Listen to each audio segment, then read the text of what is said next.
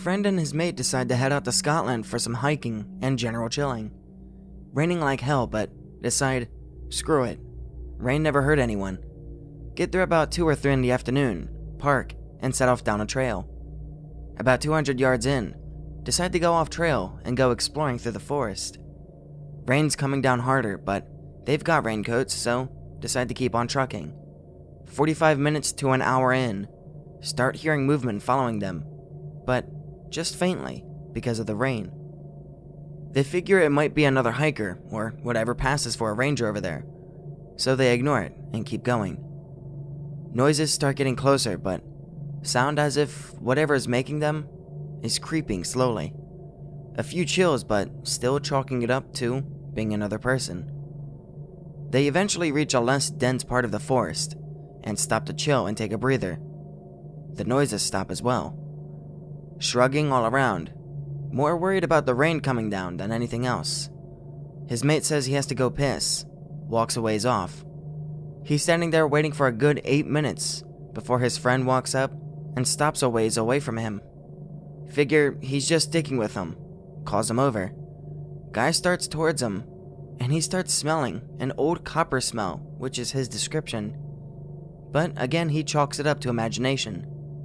His mate finally makes it over, and is just standing there, watching him. Asks if he's okay. Friend replies with a grunt. Figures he's just being silent for some reason. So he makes the suggestion of heading back. His friend nods in agreement, and they start back. Tries to make small talk on the hike. His friend only answers in 1 to 2 words, or just grunts. Well, fuck you too, dick tickle. Pushes him.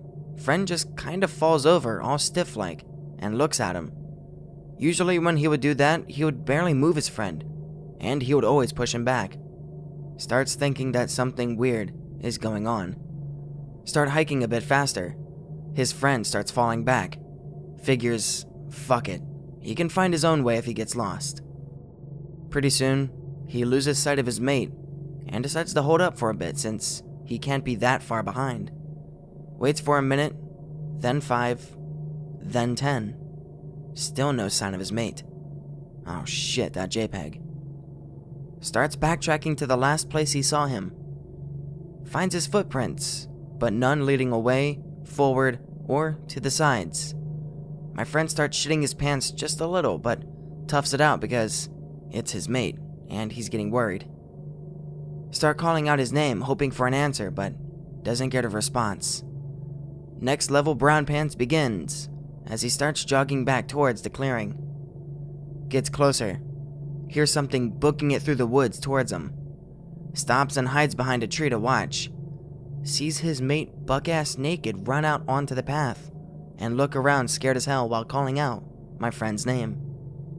Pokes head out, calls his mate, and starts getting cursed out as he walks over. Asks why in the actual fuck he's in his birthday suit in the middle of a damned rainstorm. His mate retorts, "Why the hell did you knock me out and take my fucking clothes?" Staring at each other. Friend says he never did that, and if he did, why didn't he have his clothes? Get into a heated argument until they both start hearing movement nearby, along with the copper smell. Rustling nearby. Both of them look up in time to see his mate, fully clothed, as he walks out and simply looks at the pair of them. The doppel mate then smiles, and something about it sets them off, and they take off back towards the trail. The whole time they're running, they hear movement on either side of them. Have to take a few breathers in between running because fear and adrenaline can only carry you so far. Noises get closer, along with voices. Finally make it back to their car. By this time, it's dark out, so they flip on the lights as they're leaving. The lights catch a set of eyes a little higher off the ground than a human. Makes them both have a brown pants moment as they drive off.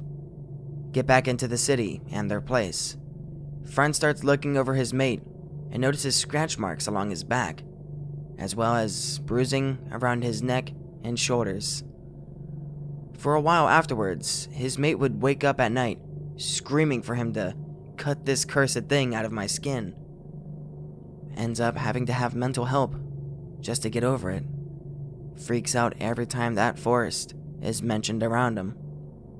And that, my ex-bros, is the Scotland story.